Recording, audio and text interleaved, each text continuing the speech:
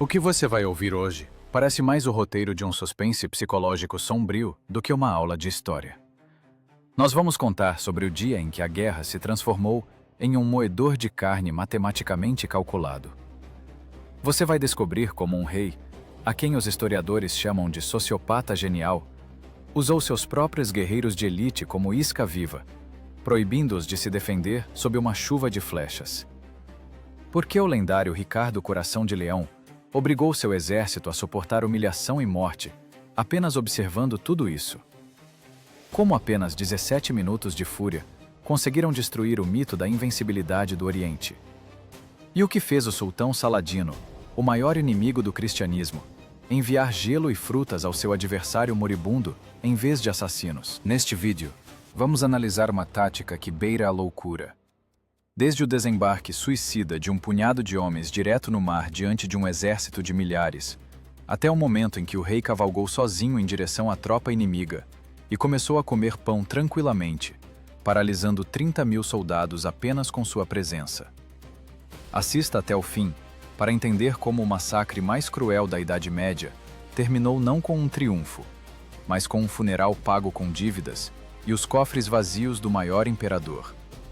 Está pronto para ouvir a verdade de gelar o sangue? Então vamos começar. Imagine um som.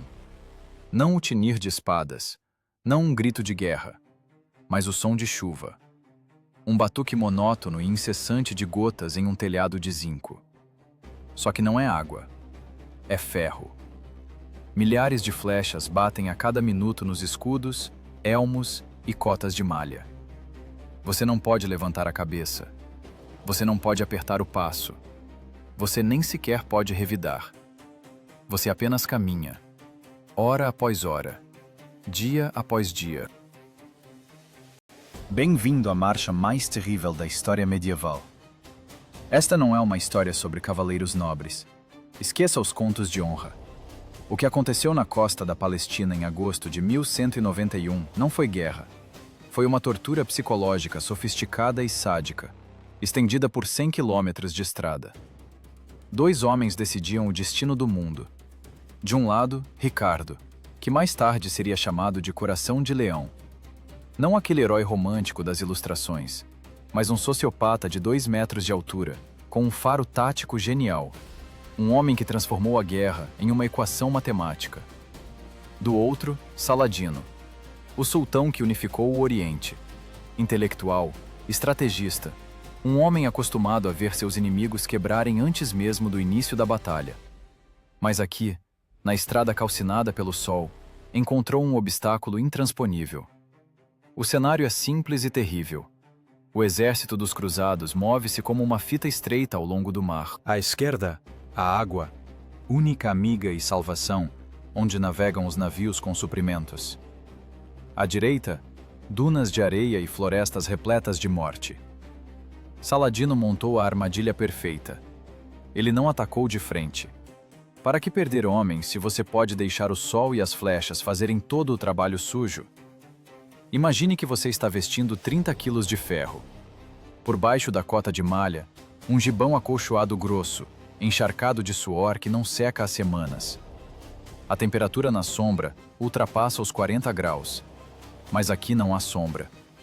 O sol queima tanto que o metal começa a queimar a pele através do tecido. Sua língua está inchada de sede, e há um zumbido constante em seus ouvidos. E desse mormaço, das nuvens de poeira, surgem cavaleiros. São os mamelucos, a elite do Oriente. Leves, rápidos, mortais. Eles se aproximam à distância de um tiro, 50 passos. Retesam os arcos, soltam a corda e desaparecem antes que você consiga piscar. Tática de picadas de alfinete. Soa inofensivo, certo? Mas quando essas picadas são dezenas de milhares, elas transformam o exército em uma fera sangrando. Os cronistas escreveram que os soldados de infantaria marchavam crivados de flechas, como porcos espinhos. Flechas despontavam dos escudos, das ombreiras, das selas de madeira. 10 flechas nas costas, e o homem continua andando, porque a cota de malha segura o impacto, Mas a energia cinética não desaparece. Cada impacto é um hematoma do tamanho de um punho. Cada impacto é um lembrete. Você vai morrer aqui. E agora a pergunta principal. O que Ricardo faz? Qualquer outro rei, qualquer cavaleiro nobre, já teria dado a ordem de ataque há muito tempo. O instinto do guerreiro exige ação. Quando te batem, você bate de volta. É reflexo, é biologia. Mas Ricardo faz o impensável. Ele dá a ordem. Nenhum ataque. Silêncio no ar. Proibição total de sair da formação. Não foi apenas uma decisão de um comandante. Foi uma violência contra a natureza humana. Imagine como é ver uma flecha atravessar a garganta de seu amigo, ouvir um cavalo morrendo engasgar e simplesmente passar por cima do cadáver e seguir em frente, mantendo a formação. Você conseguiria manter a calma enquanto seu orgulho é misturado à poeira? Quando os inimigos chegam tão perto que você vê seus sorrisos, ouve os insultos, vê como profanam os corpos dos caídos? Ricardo entendia uma coisa que era inacessível aos seus barões. Saladino não quer matar todos eles com flechas. Ele não tem munição suficiente para isso. Saladino quer provocar. Seu objetivo é fazer com que os francos, como eram chamados todos os cruzados, percam o autocontrole. Ele precisa que a formação se desfaça. Assim que a cavalaria pesada se lançar em perseguição aos arqueiros leves, ela se separará da infantaria. Ela se esticará, atolará na areia, e então Saladino fechará a armadilha. Ele os destruirá um a um. Ricardo transformou seu exército em um tanque vivo, literalmente. Por fora marchava a infantaria pesada e os besteiros, uma armadura viva. Por dentro, como um núcleo precioso, cavalgavam os cavaleiros em seus corcéis de batalha. A infantaria recebia os golpes. Os besteiros revidavam. E os cavaleiros? Os cavaleiros apenas cavalgavam e ferviam de raiva. Era um duelo de vontades. Saladino aumentava as apostas. A cada quilómetro os ataques aumentavam. Os mamelucos chegavam muito perto.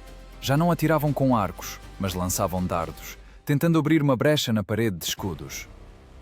O ar ficou espesso de poeira e insetos. Moscas entravam nos olhos, na boca, pousavam nas feridas abertas. O cheiro era insuportável. Uma mistura de suor de dezenas de milhares de pessoas, esterco de cavalo e carne começando a apodrecer. A pressão psicológica era monstruosa. Ricardo cavalgava ao longo da coluna e sua voz troava sobre o barulho da batalha. Ele ameaçava com execução qualquer um que quebrasse a formação. Ele estava em toda parte. O cronista Ambroise escreveu que o rei verificava pessoalmente as fileiras, e seu olhar era mais assustador que as flechas dos sarracenos. Ricardo sabia. Bastava um cavaleiro nervoso surtar, bastava um esquadrão ceder à provocação, e uma reação em cadeia destruiria tudo. Eles marcharam assim por 7 dias. 7 dias de inferno. Saladino estava furioso. Seus secretários registravam que o sultão não podia acreditar no que via. Esses bárbaros do Ocidente, esses infiéis, conhecidos por sua bravura imprudente e estupidez, comportavam-se como um mecanismo único e frio. Eles não reagiam. Eles simplesmente marchavam. Devagar, inexoravelmente. Isso quebrava a visão de mundo do exército muçulmano. Eles estavam acostumados a lutar contra pessoas, não contra uma fortaleza em movimento. O cronista Baha ad-Din descrevia com horror e admiração os besteiros de Ricardo. Eles caminhavam de costas, recarregando as armas em movimento, e disparavam virotes que atravessavam as cotas de malha dos mamelucos e os escudos de seus cavalos, de um lado ao outro. Mas uma mola não pode ser comprimida para sempre. As leis da física e da psicologia são implacáveis. Dentro dessa caixa de aço, sob a proteção da infantaria, as ordens de cavalaria estavam enlouquecendo, especialmente os hospitalários. Eles marchavam na retaguarda, no final da coluna. Era lá que ocorriam os golpes mais cruéis. Saladino, vendo que os ataques frontais não funcionavam, concentrou todo o poder na cauda da coluna, tentando morder e separá-la do corpo principal do exército. Os hospitalários perdiam cavalos às centenas. Para um cavaleiro, perder o cavalo não significa apenas uma caminhada a pé. É a perda de status, é humilhação, é a morte como unidade de combate. Eles viam seus irmãos caírem na poeira e serem finalizados com facas. O mestre dos hospitalários enviava mensageiros a Ricardo repetidamente. Senhor, estão nos pressionando. Estamos sofrendo baixas. Permita-nos atacar. Vamos transformá-los em pó. A resposta de Ricardo era breve e fria como o aço de um punhal. Esperem. Segundo mensageiro. Terceiro. Estamos desonrados. Não podemos tolerar essa humilhação. Esperem, rugiu Ricardo. Aquele que atacar agora trairá a Deus e ao rei. Ele sabia que o momento ainda não havia chegado. Atacar agora significava desperdiçar o golpe no vazio. Os mamelucos simplesmente se afastariam. Era preciso esperar o momento em que o exército de Saladino acreditasse tanto em sua impunidade que se aproximasse à distância de um golpe de espada. Ricardo estava jogando pôquer, onde a aposta eram as vidas de 20.000 pessoas, e ele blefava, mostrando fraqueza. Mas as pessoas não são máquinas. O cansaço se acumulava. A raiva buscava uma saída. A disciplina, mantida pelo medo do rei e pela fé na vitória, começou a rachar. Os soldados começaram a murmurar. Será que somos covardes? Sussurravam nas fileiras. Por que o rei permite que nos matem como gado? Ao meio-dia de 7 de setembro de 1191, a tensão atingiu o pico. O ar tremia com o calor. A poeira assentou nas armaduras em uma camada grossa, e agora os cavaleiros pareciam estátuas de argila vivas. Estátuas dentro das quais batiam corações transbordando de adrenalina e ódio. A poeira misturou-se com o sangue, transformando-se em lama, e as armaduras ficaram mais pesadas por causa desse sangue do que pelo aço. Todo esse peso, toda essa mola de fúria e dor humana comprimida ao limite, estava pronta para explodir a qualquer segundo.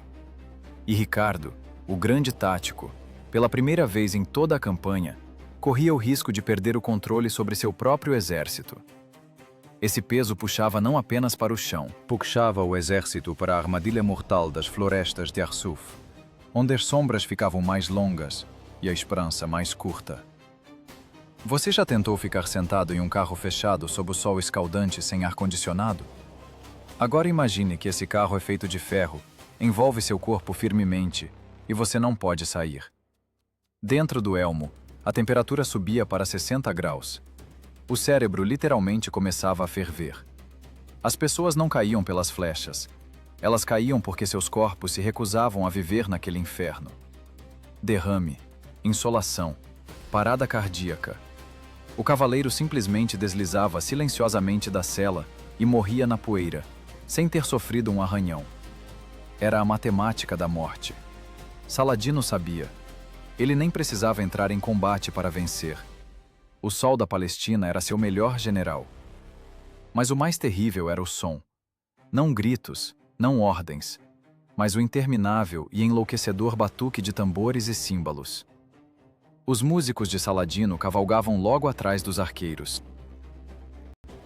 Esse ritmo entrava sob a pele, batia nas têmporas, ditava o pulso dos condenados.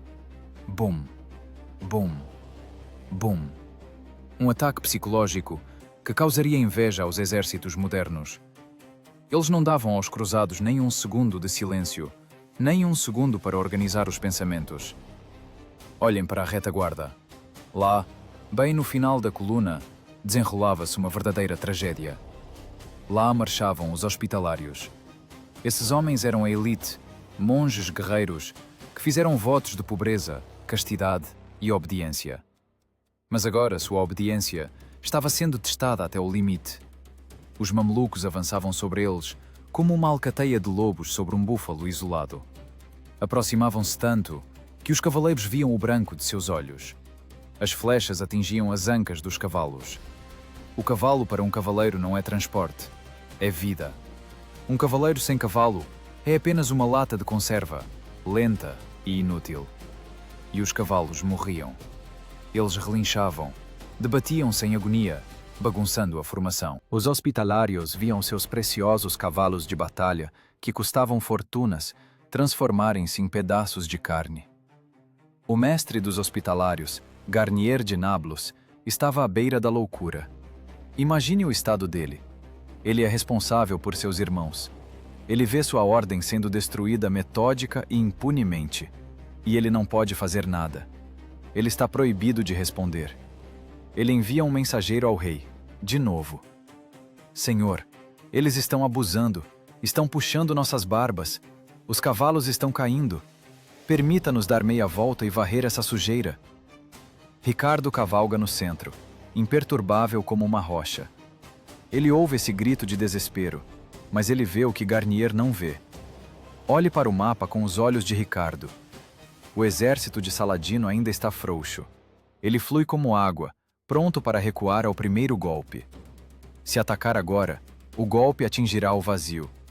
Os mamelucos se dispersarão, atrairão a cavalaria pesada para as dunas, cercarão e degolarão a todos. É preciso esperar. Esperar até que Saladino cometa um erro. Esperar até que a ganância do inimigo supere a cautela. Ricardo espera o momento de massa crítica, quando o exército do sultão se aglomerar tão densamente que não poderá manobrar. Aguentem! Transmite ele a ordem. Um bom golpe requer preparação. Era um cinismo da mais alta qualidade. Ricardo usava seus próprios homens, seus cavaleiros de elite como isca. Ele alimentava o inimigo com o orgulho deles, as vidas deles, os cavalos deles, para comprar a posição ideal. Quem é o louco aqui? Aquele que exige ataque para salvar a honra? Ou aquele que permite que matem os seus, calculando a trajetória ideal para o golpe?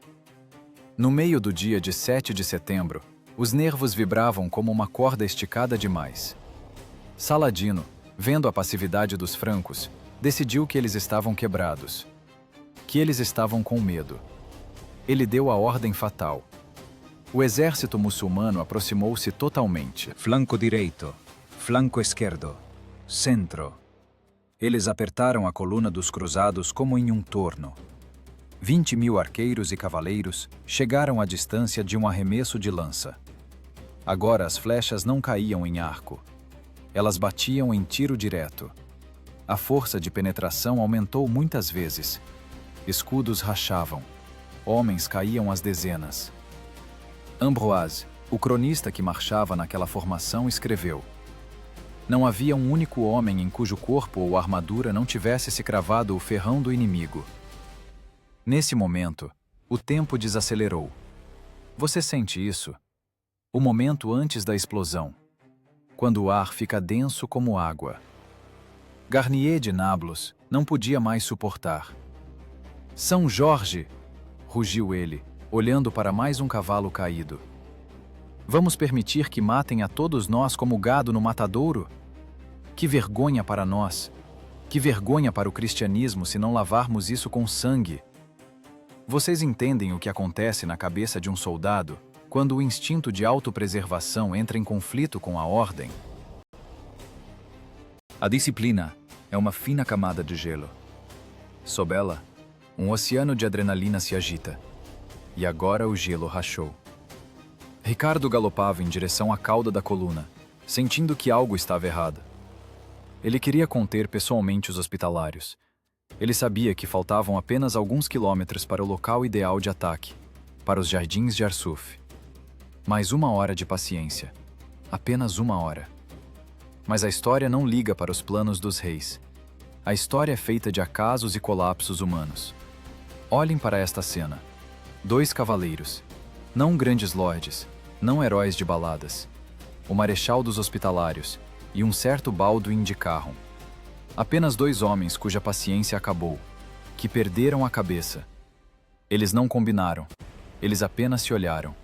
Nos olhos, loucura, fúria e total negação da realidade. Eles viraram os cavalos. Dane-se o rei, dane-se a estratégia, dane-se a vida. Eles baixaram as lanças.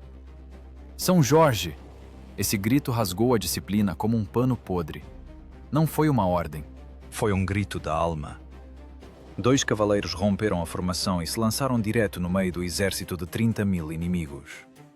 2 grãos de areia contra um tsunami. Mas atrás deles, como se estivessem presos por uma corrente invisível, os outros avançaram.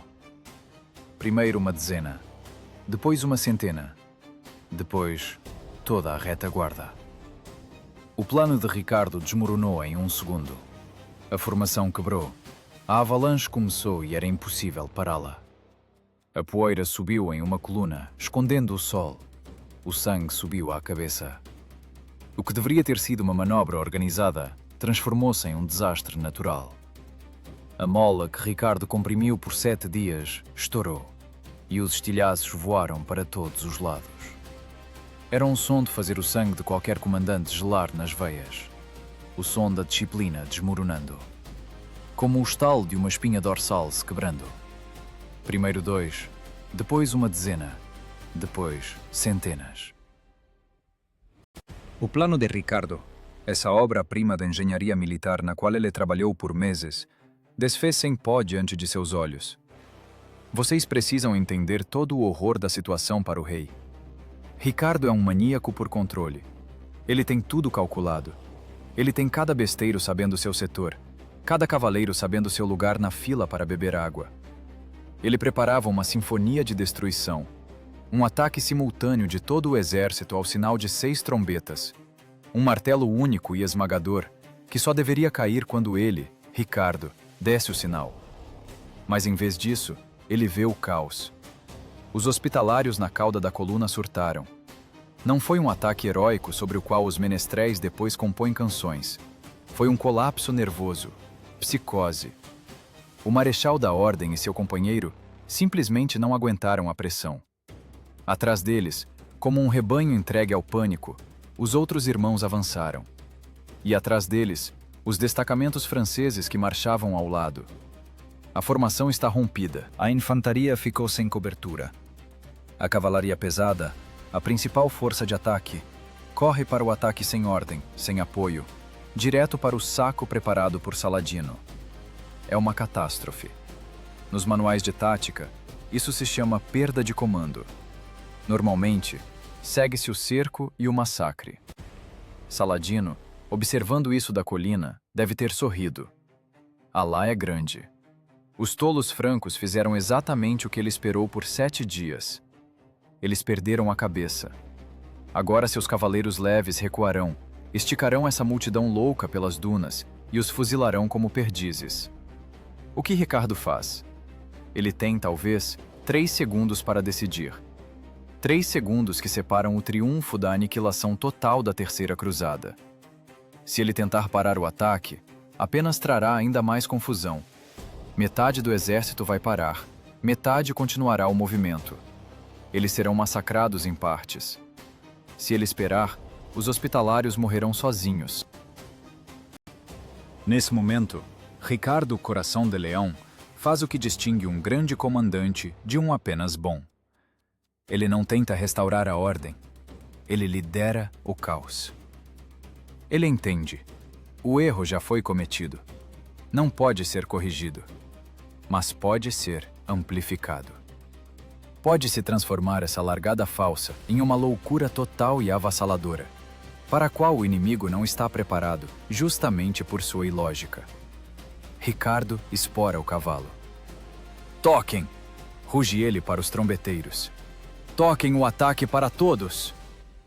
6 trombetas explodem o ar. Esse som abafa o barulho da batalha. É o sinal que todos esperavam. Da vanguarda à retaguarda.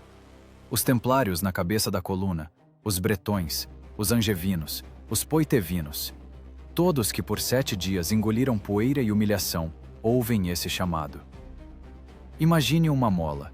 Uma enorme mola de aço industrial que foi comprimida por uma prensa hidráulica durante uma semana inteira.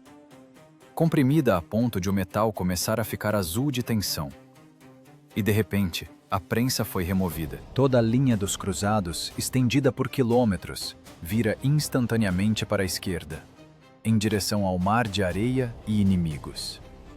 A infantaria se abre, criando passagens. Os escudos baixam. e das costas dos arqueiros irrompem monstros blindados. Não foi uma formação bonita de desfile, foi uma avalanche. Primeiro lenta, pesada, ganhando inércia. Milhares de cascos revolvem a terra. A terra começa a tremer. Isso não é uma metáfora. Os cronistas escreveram que a vibração física do solo derrubava os soldados de infantaria levemente armados. Ricardo voa no centro, tentando ultrapassar seu próprio exército.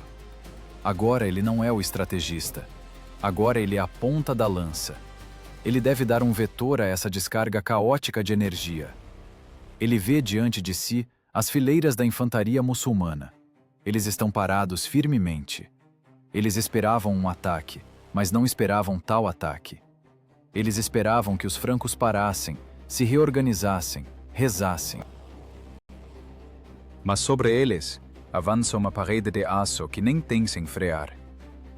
O momento da transição da defesa para o ataque é o mais difícil na arte da guerra.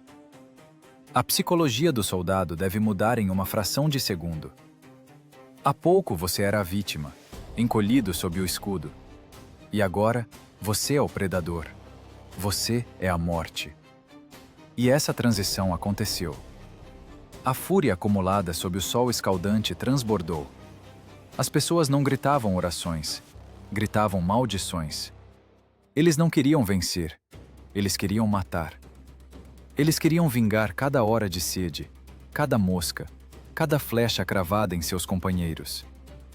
Saladino percebeu o que estava acontecendo tarde demais. Sua tática de bater e correr funcionava contra um exército organizado. Mas contra um desastre natural não há tática. Seus arqueiros, que chegaram muito perto para provocar os cruzados, de repente se viram em uma armadilha. A cavalaria leve dos mamelucos tem vantagem em velocidade em longas distâncias, mas em curtas?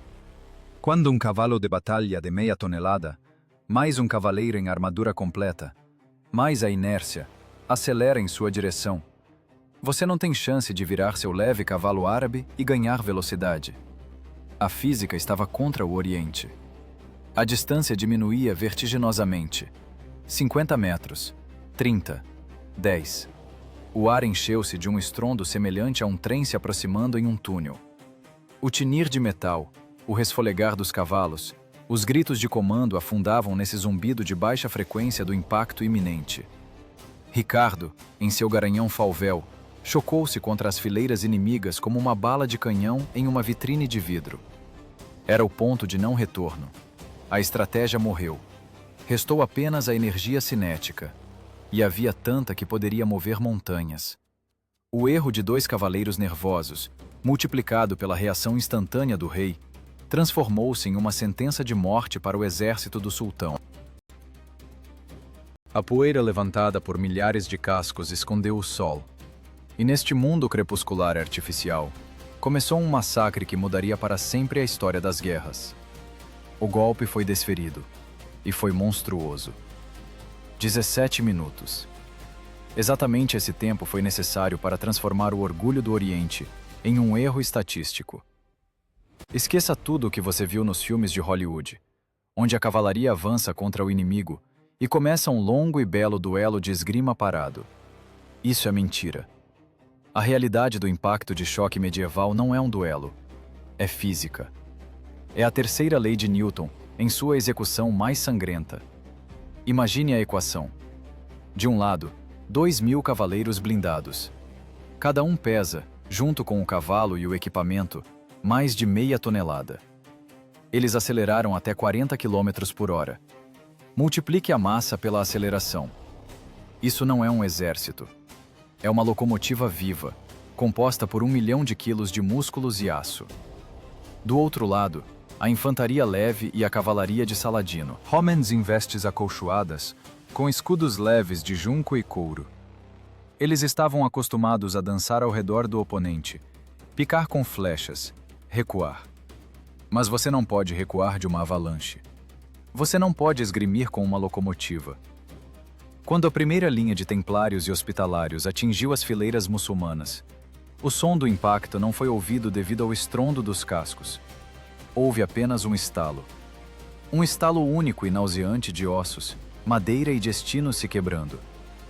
As primeiras fileiras do exército de Saladino simplesmente evaporaram. Eles não foram mortos em combate, foram apagados. As lanças dos cavaleiros, presas sob o braço, atravessavam escudos, atravessavam corpos, atravessavam quem estava atrás do primeiro morto. A energia do impacto era tal que os cavaleiros eram arremessados das celas 10 metros para trás. Os cavalos dos cruzados, esses monstros criados especialmente, pisoteavam os caídos, transformando pessoas em lama. Foi um efeito dominó. A onda de choque passou pela formação muçulmana, derrubando pessoas como pinos de boliche. Aqueles que estavam na segunda e terceira fileiras nem tiveram tempo de levantar as armas. Eles viram diante de si uma parede de poeira da qual voavam pontas de lanças ensanguentadas. E um segundo depois, eles já não existiam. O cronista Bahá ad-Din, que estava ao lado do sultão, escreveu com a mão trêmula: "Nossas tropas se dispersaram como fumaça. Eu vi os melhores guerreiros do Islã fugirem, largando as armas, porque os demônios a cavalo eram invulneráveis." Saladino observava isso da colina. Imagine o rosto dele. O grande estrategista, o vencedor em Hatim, o homem que colocou o reino de Jerusalém de joelhos. Ele olhava para baixo e não entendia o que estava acontecendo. Seu plano era perfeito: desgastar, cercar, destruir. Mas ele não considerou uma variável: a fúria. Aquela mesma fúria que Ricardo acumulou em seus homens por 7 dias, proibindo-os de lutar, agora irrompia. Não era tática. Era execução. Os cavaleiros, cegos de raiva por uma semana de humilhações sob flechas, não faziam prisioneiros. Eles entravam no meio dos inimigos, trabalhando com as espadas como machados de açougueiro. Golpe de cima para baixo. Golpe. Golpe. Nenhuma arte. Apenas força bruta quebrando elmos. Os sabres leves dos mamelucos ricocheteavam nas pesadas cotas de malha europeias, soltando faíscas, mas sem causar danos. Era o choque de 2 eras, 2 tecnologias de guerra. E neste dia específico, neste campo, a armadura pesada do Ocidente provou ser o argumento absoluto. 17 minutos. Nesse tempo, o centro do exército de Saladino deixou de existir como força organizada. O flanco direito foi esmagado e jogado ao mar. O flanco esquerdo fugiu para as dunas. Os mamelucos, a elite da guarda do sultão, tentavam organizar resistência. Eles se jogavam sob os cascos, tentando cortar os tendões dos cavalos. Eram atos de heroísmo suicida. Mas parar uma cavalaria em velocidade com corpos é o mesmo que tentar parar um incêndio florestal soprando nele. A poeira era tanta que os combatentes não viam o sol. Nesse nevoeiro cinza e sufocante, brilhavam apenas espadas e olhos de cavalos enlouquecidos. Os gritos dos feridos fundiram-se em um uivo contínuo, que abafava até o som da arrebentação. Saladino viu seus porta-estandartes caírem um após o outro. Sua tenda pessoal estava em perigo. Os secretários recolhiam papéis em pânico. O sultão, acostumado a ser o caçador, de repente se percebeu como a caça. Ele viu o mito da invencibilidade do Oriente, que construíra por décadas, desmoronar ali mesmo. Esses bárbaros francos não estavam apenas vencendo. Eles estavam destruindo a própria essência de seu exército. Mas a vitória é uma droga, e a overdose dela é mortal. Olhe para o campo de batalha. A poeira começa a baixar. Vê-se que o inimigo foge. As costas dos mamelucos são o melhor alvo. E aqui entra em jogo o inimigo mais perigoso de qualquer exército disciplinado: a euforia. Os cruzados, embriagados de sangue e pela facilidade da vitória, esqueceram as ordens. Ricardo gritava, os trombeteiros davam um sinal de reunir. Mas quem ouve a trombeta quando a adrenalina bate nos ouvidos? "Atrás deles!" rugiam os cavaleiros. "Acabem com eles! Não deixem nenhum cão escapar!" Eles viam os inimigos fugindo e achavam que era o fim. Achavam que a guerra tinha acabado. Eles não viam o que Ricardo via. Não viam que a fuga de Saladino era organizada demais. Que os destacamentos em retirada os estavam atraindo para o único lugar onde a cavalaria pesada perde todas as suas vantagens. À frente estava a floresta de Arsuf. Uma floresta densa, escura, impenetrável para uma formação cerrada. E foi exatamente para lá, para essa boca verde, que os vencedores correram desenfreadamente, certos de que eram os caçadores. A gravidade da vitória os puxava para a frente, para onde as sombras das árvores já escondiam o brilho dos sabres mamelucos, prontos para a revanche. O peso das armaduras ensanguentadas, que há pouco fora sua proteção, em poucos minutos tornaria sua âncora no fundo de uma nova armadilha, ainda mais terrível. A floresta de Arsuf recebeu os vencedores não com frescor, mas com um aperto sufocante. Não era apenas um bosque, mas um labirinto de troncos retorcidos, arbustos espinhosos e sombras que escondiam a morte. Um instante atrás você era um deus da guerra, voando por uma planície aberta. Agora você é um elefante em uma loja de porcelanas. Imagine o que acontece com uma locomotiva acelerada quando os trilhos acabam de repente e começa um pântano. A inércia, que acabara de ser sua principal aliada, torna-se instantaneamente sua assassina. Os cavaleiros entraram sob a copa das árvores a pleno galope, e então a física pregou-lhes uma peça cruel. As longas lanças, ideais para o impacto em campo aberto, tornaram-se varas inúteis ali. Elas prendiam nos galhos, escapavam das mãos, quebravam o ritmo. Os pesados cavalos de batalha, acostumados ao espaço, batiam com o peito nos troncos, quebrando pernas e espinhas. A formação, essa parede monolítica de aço, desfez-se em centenas de cavaleiros solitários, emaranhados no subbosque. E então a caça deu meia volta. Os mamelucos de Saladino conheciam aquela floresta. Eles cresceram na sela, e seus cavalos eram leves, ágeis, obedientes ao pensamento e não às esporas. Assim que os cruzados atolaram no verde, a fuga cessou. Começou a caçada. Mas agora os caçadores eram aqueles que um segundo atrás fugiam. Era o caos. Um pesadelo absoluto e claustrofóbico. Você não vê de onde virá o golpe. À esquerda passa uma sombra, golpe de sabre no pescoço do cavalo. À direita um assobio, e um laço te arranca da sela para o chão, onde adagas já te esperam. A armadura pesada, que salvava das flechas, agora impedia de virar, impedia de respirar, impedia de ver o inimigo. Aqui, entre as árvores, a vantagem dos europeus em massa e blindagem foi anulada. Começou um esfaqueamento sujo e viscoso.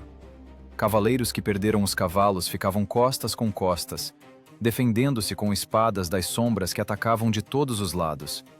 Gritos de São Jorge afundavam no grito de guerra gutural dos sarracenos. Parecia que a própria floresta ganhara vida e começara a digerir os homens de ferro que ousaram perturbar sua paz. Saladino, observando de longe, viu a chance. Ele lançou suas reservas nesse caldeirão florestal. Se não podia vencê-los em campo aberto, ele os estrangularia ali, na escuridão, um por um. O exército de Ricardo, que acabara de celebrar a vitória, estava à beira da aniquilação por causa de sua própria ganância. E nesse momento, quando o pânico já começava a dominar os corações dos cruzados, Ricardo irrompeu no centro desse carrossel infernal. Esqueça o rei estrategista, esqueça a política. Na floresta de Arsuf não havia monarca, havia um berserker. Ricardo percebeu que as ordens não eram ouvidas ali, que os esquemas táticos não funcionavam. A única maneira de salvar seus homens era dar um exemplo de fúria tão extrema, tão desumana, que o inimigo recuasse de terror. Cronistas, tanto cristãos quanto muçulmanos, descrevem isso com medo supersticioso. Ricardo não lutava, ele trabalhava. Ele abria clareiras nas fileiras inimigas. Imagine um homem de 1,93 m, possuidor de uma força física sobrenatural, manejando uma espada pesada, ou, segundo alguns dados, um machado de batalha dinamarquês, com a velocidade de um ventilador. Ele entrou no meio dos mamelucos, sozinho, sem guarda-costas. Era loucura. mas era uma loucura calculada. O rei, escreveu Ambroise, estava em toda parte. Para onde quer que virasse seu cavalo, deixava para trás uma rua pavimentada com mortos. Vamos olhar isso com os olhos de um mameluco sem nome. Você vê um cavaleiro com elmo dourado. Você pensa, é um troféu rico. Você e mais 3 de seus irmãos se lançam sobre ele. Mas um segundo depois você percebe que não atacou um homem, mas um desastre natural. O golpe de Ricardo era tal que partia um homem do ombro até a cintura, atravessando cota de malha, carne e ossos, como se fossem papel molhado. Ele não aparava os golpes. Ele os ignorava ou recebia no escudo, respondendo instantaneamente com um ataque mortal. Era pura biomecânica de assassinato. Ricardo gritava de tal forma que os tímpanos dos inimigos estouravam. Era o rugido de um leão ferido, um chamado que dava forças aos seus e gelava o sangue dos estranhos. Ele salvou o exército não com uma manobra genial, mas com seu corpo. Ele atraiu a atenção para si, tornou-se um imã para os ataques dos mamelucos. Ao ver o rei em tal perigo, os cavaleiros que já estavam prontos para recuar, ganharam um segundo fôlego. Olhem, ele luta sozinho! Que vergonha para nós se o abandonarmos! Esse pensamento correu pelas fileiras mais rápido que fogo. Normandos e ingleses, esquecendo o cansaço, correram para resgatar seu líder louco. A floresta encheu-se do tinir de aço, mas agora era o tinir do contra-ataque. Ricardo, todo coberto de sangue, seu e alheio, com o escudo partido, em um cavalo espumando e arfando, continuava avançando. Ele não deixava os mamelucos se reagruparem. Ele os esmagava com sua vontade.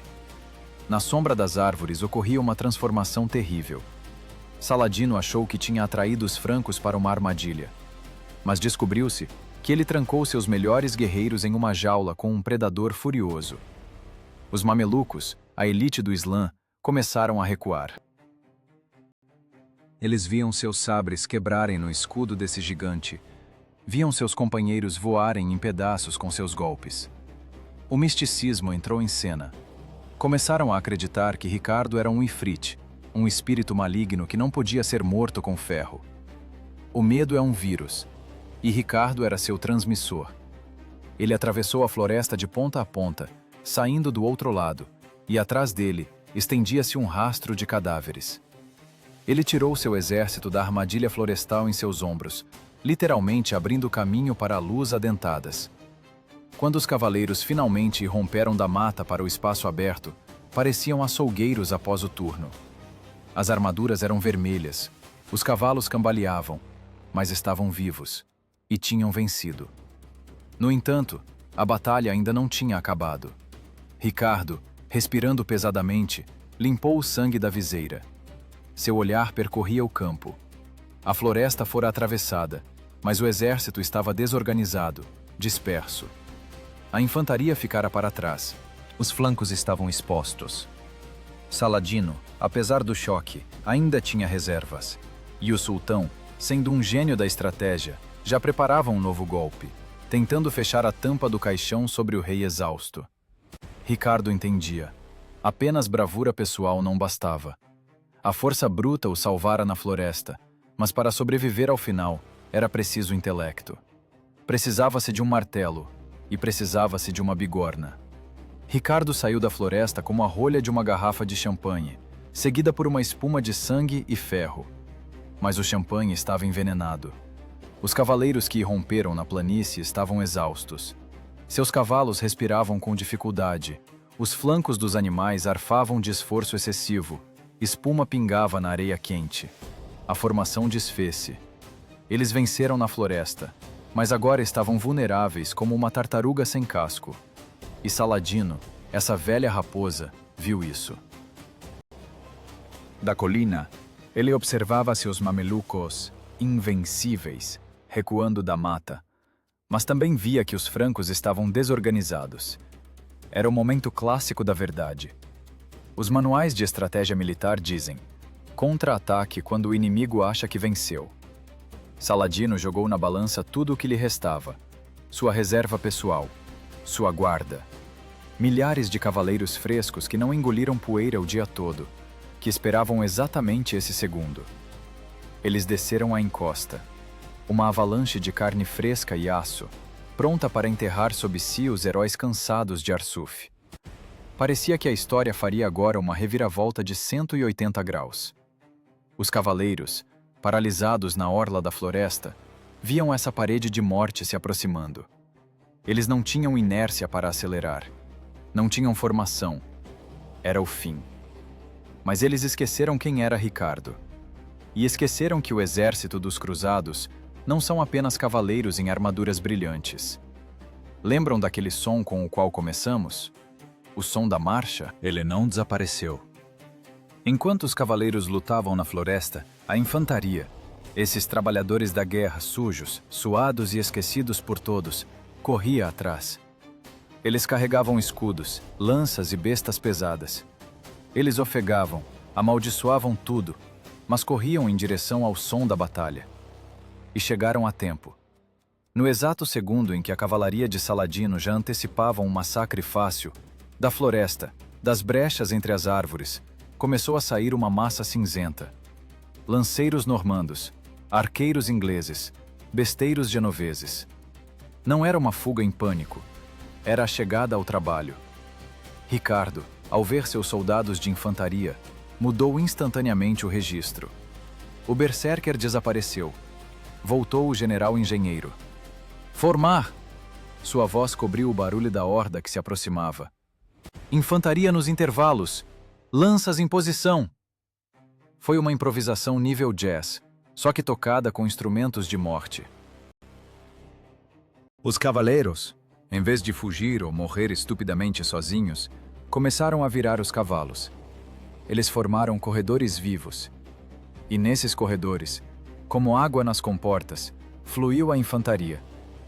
Aconteceu um milagre da geometria tática. Em poucos minutos, a multidão caótica transformou-se em um bolo de camadas. Uma fileira de lanceiros ajoelhou-se, apoiando as hastes no chão. Essa era a bigorna. Atrás deles ficaram os besteiros. Esse era o martelo. E atrás deles, recuperando o fôlego, a cavalaria pesada se reorganizava, pronta para desferir o golpe final. A cavalaria de Saladino, voando a todo vapor, de repente encontrou diante de si não cavaleiros dispersos, mas uma parede sólida de escudos e lanças. Era tarde para frear. E então as bestas falaram. Você deve entender a diferença. O arco é arte. A besta é mecânica. A besta genovesa daquela época perfurava a cota de malha a 200 passos. A uma distância de 50 passos, ela atravessava cavaleiro e cavalo de lado a lado. A salva de milhares de bestas soou como o estalo seco de madeira morta quebrando. A primeira linha do ataque muçulmano simplesmente caiu, como grama sob a foice. Cavaleiros caíam, criando uma pilha de corpos na qual as fileiras de trás colidiam a todo galope. O ataque engasgou com o próprio sangue. Saladino assistia horrorizado, sua reserva de elite transformar-se em uma pilha de carne se mexendo. Ele não conseguia entender como aquilo aconteceu. Há pouco, ele era o caçador. E agora? E agora Ricardo fechou a armadilha. Avante! Comandou ele. A infantaria abriu as fileiras. E desses portões, novamente romperam os cavaleiros. Mas agora não eram solitários cansados. Era um punho organizado. Eles golpearam a massa de sarracenos parada, misturada e em pânico. Foi o clássico martelo e bigorna. A infantaria segurava a formação, impedindo o inimigo de romper, e a cavalaria o esmagava contra essa parede.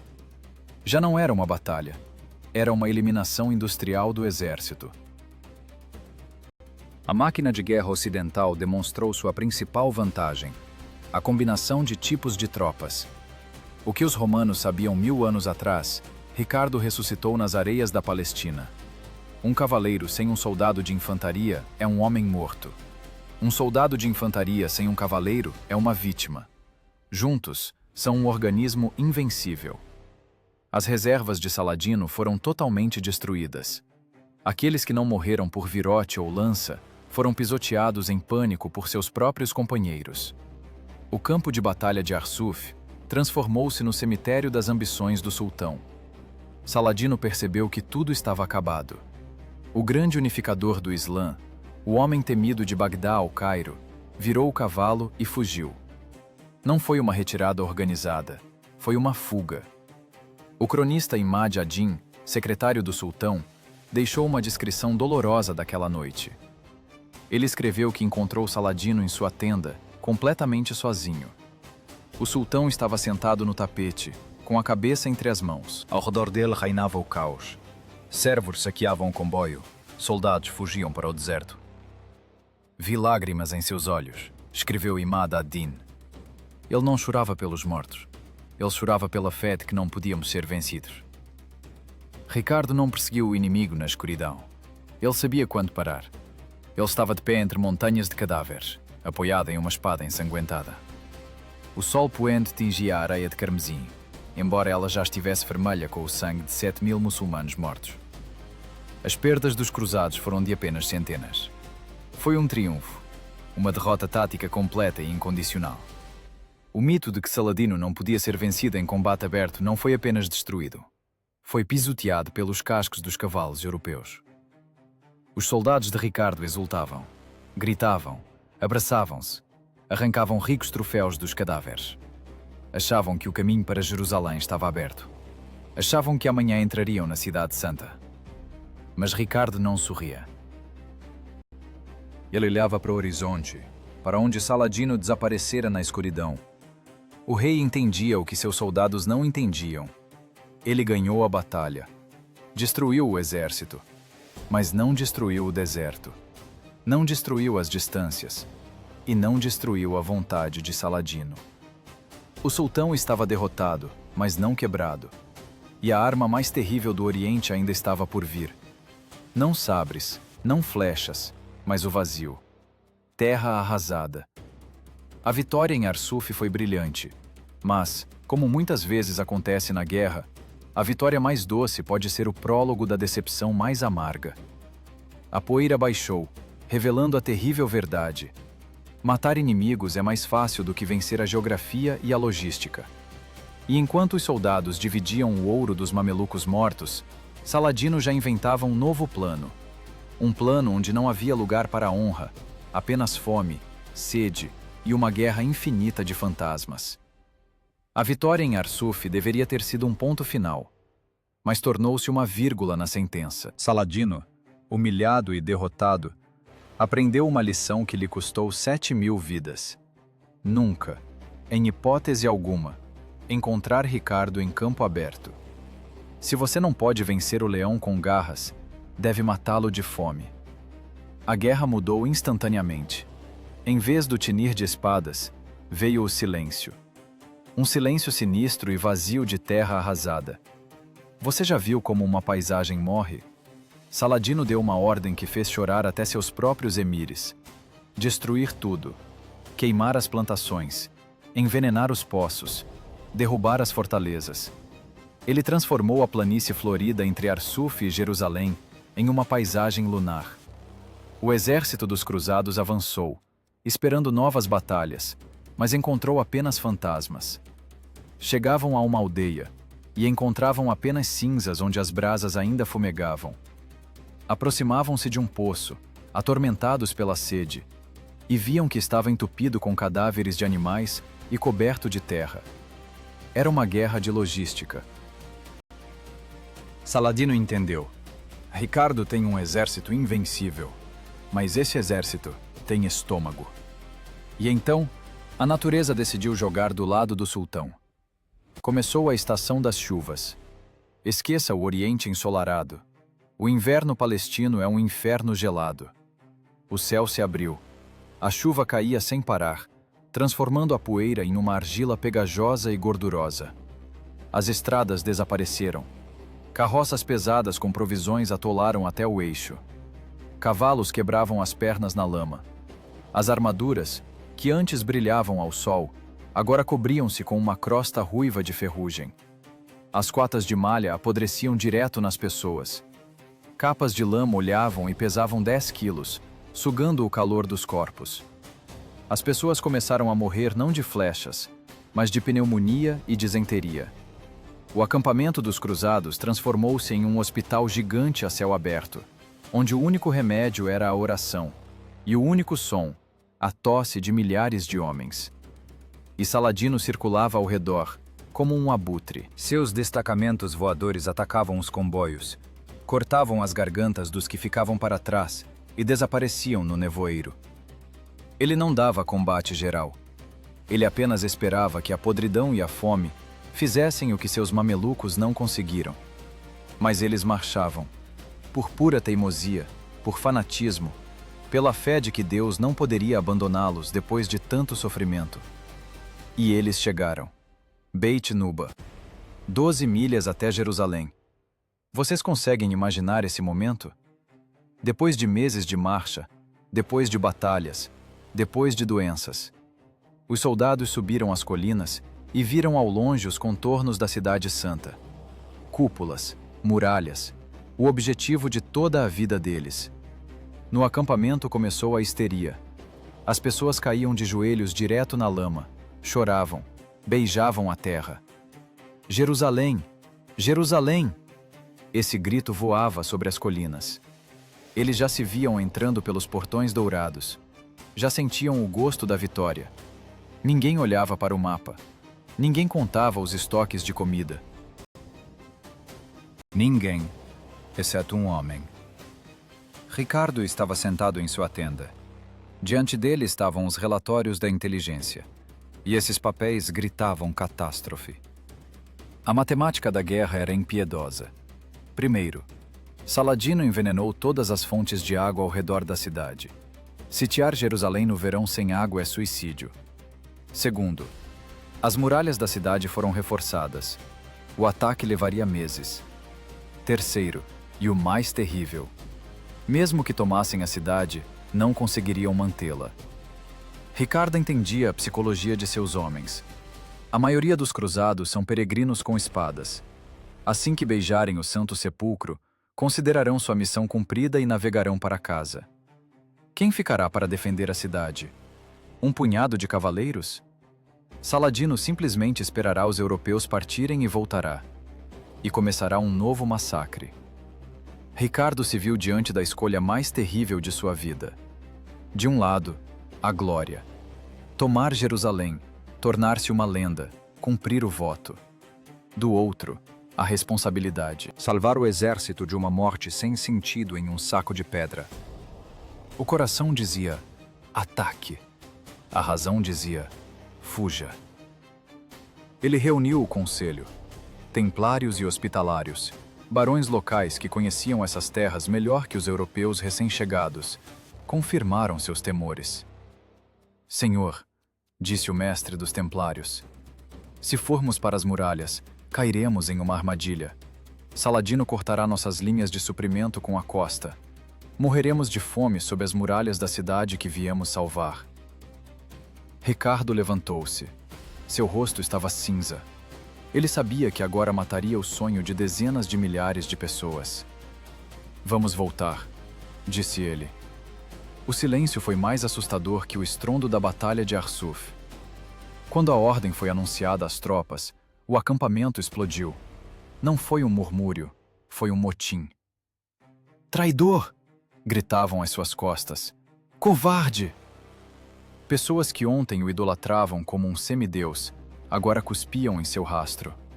Eles não entendiam de estratégia. Viam apenas as muralhas de Jerusalém e as costas de seu rei indo embora. A lenda diz que um dos cavaleiros levou Ricardo a uma colina de onde se via a cidade e disse: Senhor, olhe para Jerusalém. Ricardo cobriu o rosto com o escudo e chorou. Eu não olharei para a cidade que não posso salvar, respondeu ele. Foi um momento de grandíssima coragem. Teria sido muito mais fácil liderar as pessoas para uma morte heróica.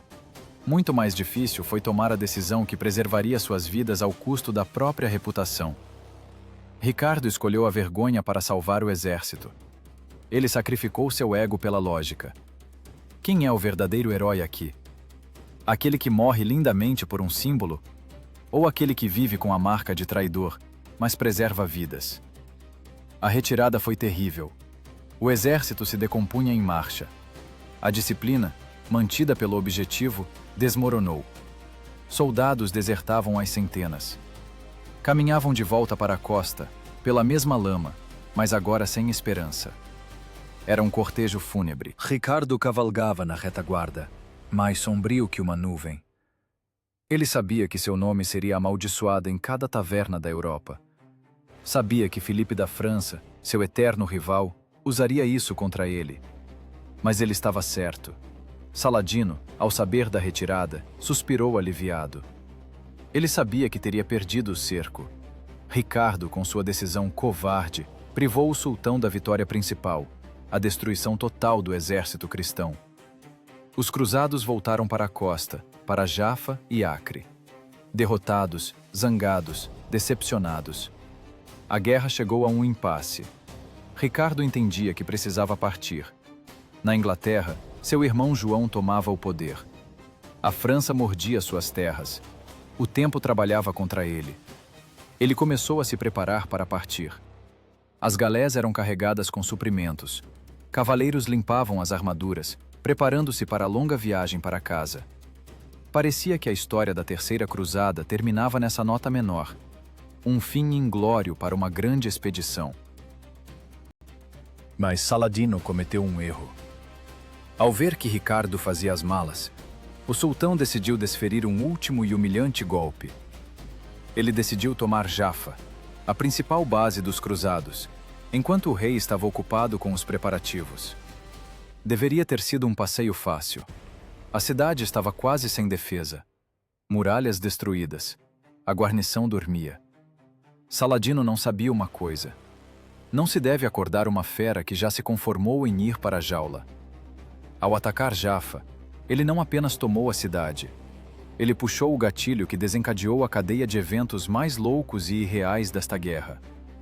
Ele despertou em Ricardo não o comandante, mas o demônio.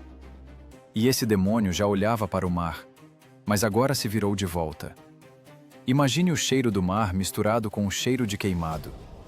Uma fumaça densa e gordurosa que cobre o horizonte. É Jafa queimando. O último reduto dos cristãos na costa. Enquanto Ricardo negociava com a consciência e carregava seus baús nos navios em Acre, Saladino agia. O sultão decidiu que o leão já estava velho, sem dentes e indo para casa. E ele atacou. Em 31 de julho de 1192, o exército muçulmano invadiu a cidade. Não foi uma batalha, foi um massacre. A guarnição de Jafa, pega de surpresa, foi esmagada. Os defensores fugiram para a cidadela, uma pequena fortaleza dentro da cidade, onde foram encurralados como ratos em um barril. Eles já haviam começado as negociações de rendição. Imploravam pela vida. Saladino, vencedor magnânimo, concordou em deixá-los ir. Parecia que o ponto final fora colocado. A cruz jogada ao mar. O crescente tremula sobre as muralhas. Mas a história adora piadas cruéis. No momento em que os defensores aterrorizados da cidadela já se preparavam para abrir os portões e sair para se render, velas apareceram no horizonte. Não eram navios mercantes, eram galés de guerra. Ricardo não partira para a Inglaterra. Ao ouvir sobre o ataque, ele virou a frota. Mas o vento estava contra ele. O exército que ia pela costa ficou preso. Os navios mal se arrastavam. Qualquer estrategista normal diria: tarde demais, a cidade está perdida. Não faz sentido desembarcar em um moedor de carne. Ricardo olhava para a costa do convés de sua nau capitânia. Ele via as bandeiras negras de Saladino nas muralhas. Via a fumaça. Via multidões de soldados inimigos fervilhando na praia como formigas. Eram milhares. E Ricardo? Olhe para os números. Não é erro de digitação. 80 cavaleiros. Apenas 80 pessoas, que nem sequer tinham cavalos. Os animais simplesmente não foram embarcados a tempo ou morreram no caminho. E algumas centenas de besteiros genoveses. Não é um desembarque. É um grupo de suicidas. O capitão da galé deve ter aconselhado o rei a voltar. Desembarcar contra um exército inteiro, tendo um punhado de homens, com água pela cintura, é loucura. Contradiz todas as leis da guerra. Mas Ricardo não ouvia as leis. Ele olhava para a água vermelha pelo pôr do sol e pelo fogo e via apenas uma coisa: seus homens sendo mortos. Maldito seja aquele que não vier comigo. Esse rugido cobriu o barulho da arrebentação. O rei da Inglaterra não esperou baixarem a prancha. Não esperou os barcos tocarem a areia. Ele, em armadura de combate completa, com um machado dinamarquês nas mãos, pulou na água. Primeiro. Atrás dele, como enfeitiçados, os outros 80 loucos caíram nas ondas. Imagine essa cena do ponto de vista dos soldados de Saladino na praia. Vocês estão em terra firme. São milhares. Vocês venceram. Estão dividindo o saque. E de repente, do mar, vem em sua direção o quê? Não é um exército. É algum bando de demônios furiosos saindo da espuma do mar. À frente, um gigante ruivo enorme que brande um machado e grita maldições. A lógica sugere: fuzile-os com arcos, esmague-os com a massa. Mas o medo é um sentimento irracional. Quando você vê um rei atacando um exército de milhares sozinho, você não pensa em tática. Você pensa: ele sabe algo que eu não sei. Atrás dele deve estar vindo toda a frota do mundo cristão. O desembarque de Ricardo chocou-se contra as fileiras muçulmanas na praia como um tsunami. A água espumou e ficou rosa. Os besteiros, com água até os joelhos, começaram a fuzilar metodicamente os sarracenos atordoados. Os virotes atravessavam as vestes leves de lado a lado. Mas a arma principal era o próprio Ricardo. Naquele dia, ele passou definitivamente da categoria de homem para a categoria de mito. Ele golpeava com as duas mãos. Não sentia o peso da cota de malha molhada na água salgada. Ele era a encarnação da fúria pura e destilada. Malek Rik! Rei Ricardo! Esse grito de terror percorreu as fileiras muçulmanas. O pânico é uma coisa terrível. É contagioso como a peste. Milhares de soldados que acabavam de se sentir donos da vida vacilaram. Eles não viam 80 pessoas. Eles viam o diabo ruivo voltando do inferno para levar suas almas. E eles correram. Abandonaram a praia. Abandonaram a cidade. Correram tão rápido que os defensores na cidadela, que 5 minutos antes se preparavam para se render, não acreditaram no que viam. Viram seus carcereiros evaporarem. Ricardo invadiu Jaffa nos ombros dos inimigos em fuga. Combates urbanos são sempre um caos, mas aqui foi um espancamento. Os cruzados, molhados, zangados, bestializados pela adrenalina, limpavam rua após rua. Saladino estava em sua tenda fora da cidade, esperando notícias da capitulação final. Em vez disso, emires ofegantes e com olhos arregalados correram até ele. Sultão, ele voltou! Quem? O exército? Não, ele sozinho. Ele saiu do mar e nos queimou com o olhar. Saladino não conseguia acreditar. Soava como delírio de louco. Como um punhado de marinheiros e um rei poderiam expulsar seu exército de uma cidade fortificada em 1 hora? Foi aquele momento em que a estratégia se quebrou contra a personalidade. Saladino guerreava com números e manobras. Ricardo guerreava com carisma e machado. Nesse dia específico, o carisma pesou mais que 10.000 sabres. Ao pôr do sol, Jaffa estava limpa. Ricardo estava na muralha, olhando para o acampamento de Saladino. Estava todo coberto de sangue alheio. A água salgada corroía os arranhões. Os músculos ardiam em fogo. Mas ele fez mais uma coisa que não cabe na cabeça. Em vez de se trancar atrás das muralhas e se preparar para a defesa, Ricardo ordenou montar seu acampamento, do lado de fora, diante dos portões da cidade. As muralhas de Jaffa estavam destruídas, a cidade cheirava a cadáveres e não havia onde se mover lá dentro. Mas a questão não era essa. Era um gesto, um desafio, uma bufetada. Ele, com seus 80 cavaleiros e um punhado de infantaria, postou-se em campo aberto, bem debaixo do nariz do exército de 30.000 homens de Saladino. Ei! parecia dizer ele. Estou aqui. Não vou me esconder em lugar nenhum. Tente me pegar, se tiver coragem. Os soldados de Saladino olhavam para aquelas pequenas tendas surgidas na areia e sussurravam. Diziam que Ricardo tinha o corpo fechado, que ele não podia ser morto por armas mortais, que ele comia pedras e bebia sangue. A autoridade do sultão estalava pelas costuras. Seu exército, enorme e poderoso, tinha medo de um só homem. A noite desceu sobre a costa. Ricardo dormia em sua tenda sem tirar a armadura. Ele sabia que não era o fim. Saladino é um inimigo inteligente. O choque passaria. Pela manhã, o sultão perceberia que diante dele estava apenas um punhado de homens cansados, cortados das forças principais. Ricardo não tinha reforços, não tinha cavalos, não tinha chances. Tudo o que tinha era seu nome, e 80 homens prontos para morrer, mas não dar nem um passo para trás. O amanhecer se aproximava, e com ele se aproximava a última e mais surreal batalha desta guerra. Uma batalha que deveria ter sido uma execução, mas tornou-se uma lenda. Saladino preparava sua resposta, e desta vez ele não pretendia fugir. O amanhecer de 4 de agosto de 1192 revelou um quadro que deveria ser a ilustração da palavra desesperança. Imagine um campo aberto diante das ruínas de Jaffa.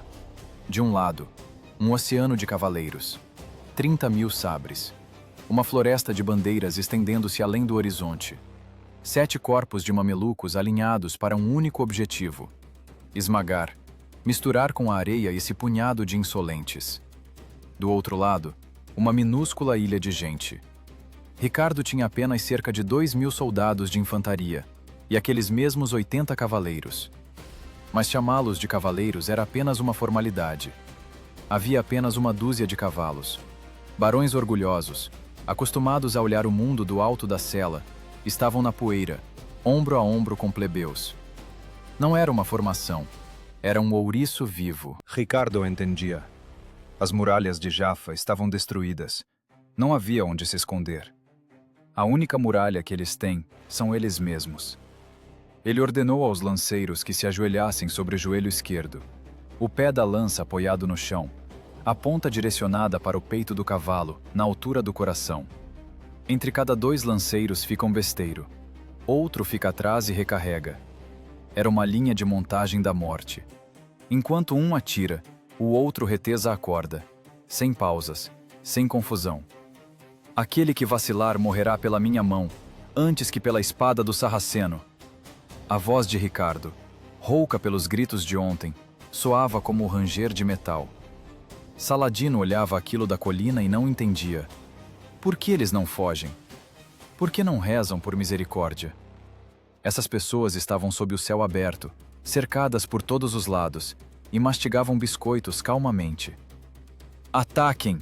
ordenou o sultão. «Apaguem essa sujeira!» A terra tremeu. Milhares de cascos começaram a corrida.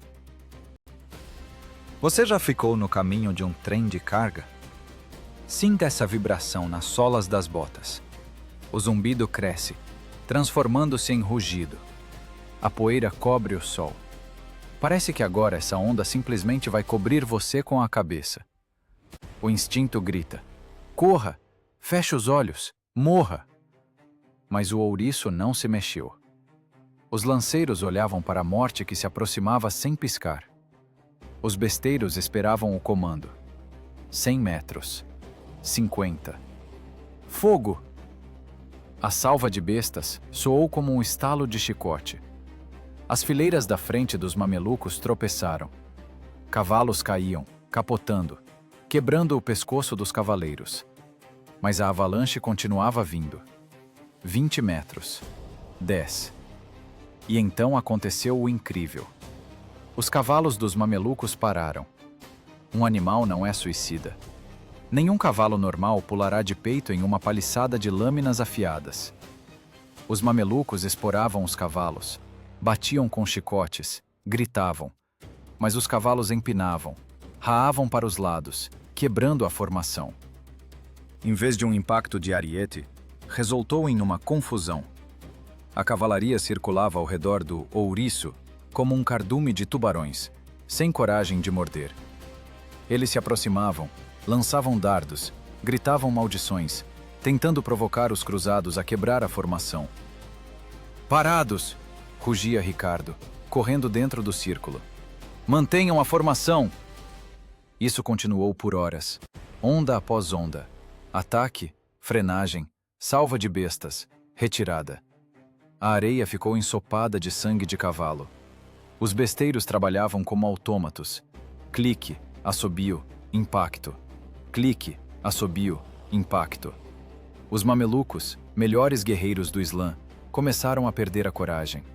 Eles viam que o inimigo não tinha medo. Viam nos olhos daqueles soldados de infantaria sujos e suados, não medo, mas um desprezo frio. Por que eles não morrem? Essa pergunta lia-se em cada olhar dos soldados muçulmanos. Ao meio-dia, o calor tornou-se insuportável. Os nervos de todos estavam no limite. E então, Ricardo decidiu que era hora de acabar com aquele circo. Hora de mostrar quem manda na situação. No exército dos cruzados, encontraram-se apenas alguns cavalos. Ricardo montou em um deles. Ele saiu da formação, sozinho, em direção ao exército de 30.000 homens. Imagine esse surrealismo. Campo de batalha, montanhas de cadáveres, e no meio cavalga um rei. Ele não desembainhou a espada, não fechou a viseira. Em uma mão as rédeas, na outra, um pedaço de pão. Ele cavalgava a passo ao longo das fileiras da cavalaria inimiga e comia. Calmamente, sem pressa, como se estivesse em um piquenique, e não no centro de uma armadilha mortal. Foi uma bofetada tão forte que zuniu nos ouvidos de cada muçulmano. Foi uma humilhação absoluta, total. Ricardo, com toda a sua postura, dizia: "Vocês não são nada para mim. Não valem nem que eu interrompa meu almoço. Vocês não são guerreiros, são cenário." Ele mastigava o pão, cuspia as migalhas e, em voz alta, para que os destacamentos avançados ouvissem, perguntava: "E então? Quem quer me matar? Há aqui ao menos um homem? Ou vocês só sabem fazer pose?" Silêncio. Um silêncio tilintante e morto pairou sobre o campo. 30.000 pessoas caladas. Milhares de arqueiros o tinham na mira. Uma ordem, e ele viraria um porco-espinho. Mas ninguém soltou a corda. Por quê? Porque a grandeza do momento os paralisou. Matar um homem assim, desse jeito, covardemente, com uma flecha, enquanto ele come pão, significaria admitir a própria insignificância para sempre. Até os inimigos estavam hipnotizados por seu carisma. Saladino gritava furioso para seus emires: "Peguem-no! Matem-no! Ele está sozinho! Ele está zombando de nós!" Mas os emires baixavam os olhos. "Senhor", murmurou um deles, "você quer que ataquemos um demônio? Você viu os olhos dele? Quem irá primeiro? O Senhor?" Ninguém saiu. Ninguém aceitou o desafio. O exército de Saladino, uma enorme e poderosa máquina de guerra, foi moralmente castrado por um homem com um pedaço de pão na mão. Eles entenderam que, mesmo se matassem seu corpo, já tinham perdido para seu espírito. Ricardo terminou de comer, limpou as migalhas da armadura, virou o cavalo e voltou sem pressa para os seus. De costas para o inimigo, ele nem olhou para trás. Foi o fim. Saladino perdeu o controle sobre a tropa. Seus soldados começaram a recuar sem ordem. Primeiro um a um, depois destacamentos inteiros. Eles simplesmente não queriam mais estar perto daquele louco. Sentiam-se patéticos. O grande sultão ficou um general sem exército. Sua autoridade, que ele construíra por décadas, desfez-se em pó sob as muralhas de Jafa. Não pelo golpe de uma espada, mas pela indiferença demonstrativa. Ricardo venceu não pela tática. Ele venceu porque sua vontade se mostrou mais dura que o aço do qual eram feitas as espadas de seus inimigos. À noite, o campo esvaziou. Restaram apenas os cadáveres e a lenda que viveria por séculos. a lenda de como o leão rugiu e o deserto recuou. Qualquer guerra termina não com uma explosão, termina com silêncio. E esse silêncio é muitas vezes mais assustador que o estrondo da batalha, porque nele se ouve como a história respira pesado. Após a loucura em Jaffa, após 3 anos de massacre, cercos e marchas, chegou o estágio que os engenheiros chamam de fadiga do metal. Mas aqui não foi o metal que cansou. Cansaram as almas. Ricardo e Saladino, 2 titãs que por 3 anos tentaram quebrar um ao outro no joelho, de repente perceberam que ambos estavam à beira do abismo. Ricardo, esse berserker indestrutível, o homem que comeu pão debaixo do nariz do exército inimigo, caiu de cama. E não foi uma lâmina sarracena que o derrubou, mas um inimigo microscópico, a febre. Seu corpo, exaurido por combates, calor e tensão nervosa, simplesmente falhou. O rei da Inglaterra estava deitado em sua tenda em Jaffa, delirando. Sua pele queimava e os lábios estavam rachados de desidratação. E aqui, Saladino cometeu um ato que confundiu definitivamente historiadores e cínicos. Ao saber que seu pior inimigo, seu diabo ruivo, estava morrendo, o sultão não deu a ordem de ataque final. Ele não quis acabar com a fera ferida. Em vez de assassinos, ele enviou seus médicos pessoais. Imagine essa procissão. Através da linha de frente vão servos com cestas. Nas cestas, pêssegos frescos, peras e, o mais incrível, neve do pico do Monte Hermon, para resfriar as bebidas para o rei. Por quê? Não foi misericórdia cristã, e não foi nobreza muçulmana em estado puro. Foi reconhecimento. Saladino respeitava Ricardo. Ele via nele seu reflexo distorcido. Eles eram os únicos jogadores iguais naquela mesa. Matar Ricardo quando ele estava indefeso e fraco significava humilhar a si mesmo.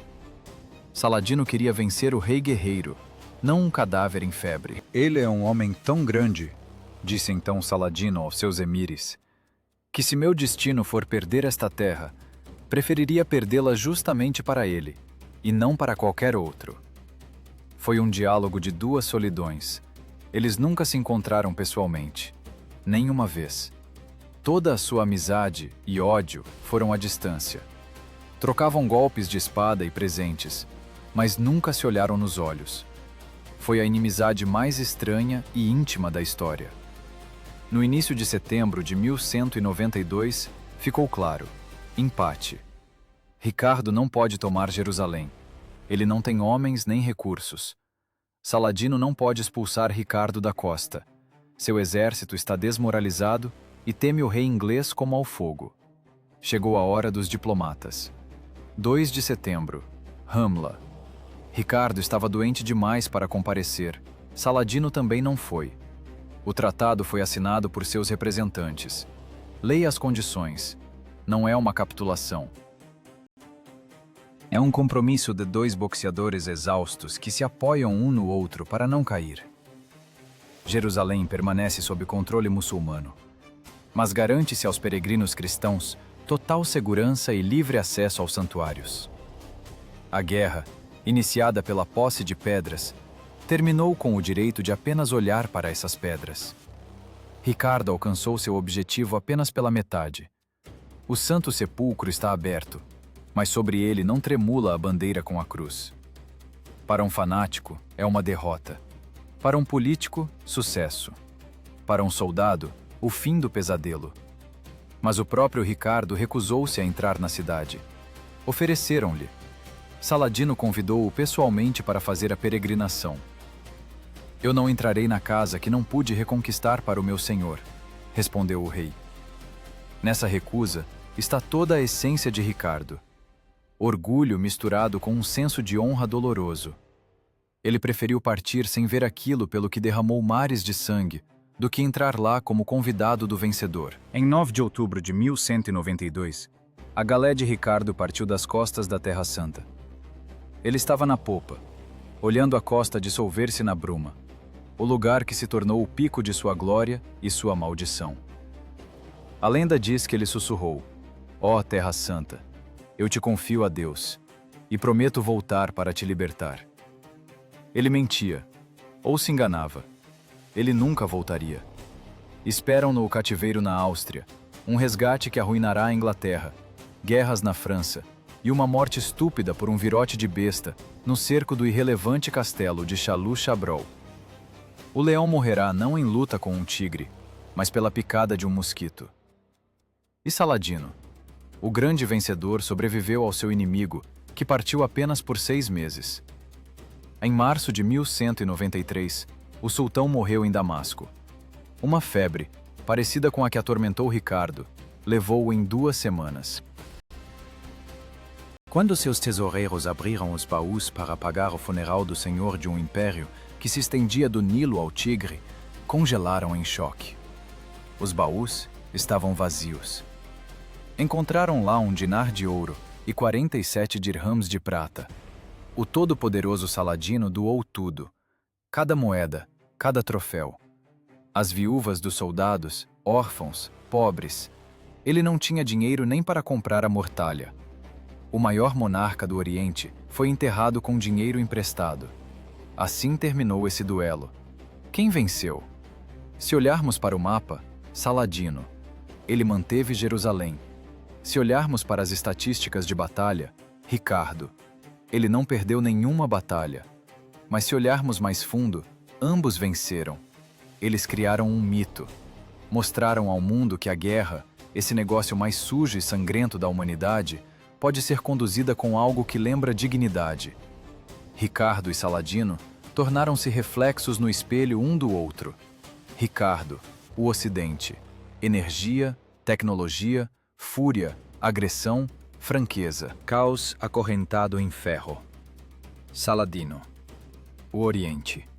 Paciência, astúcia, profundidade, fatalismo. Água que fura pedra. Eles não podiam existir um sem o outro. Ricardo precisava de um inimigo digno para justificar sua sede de violência.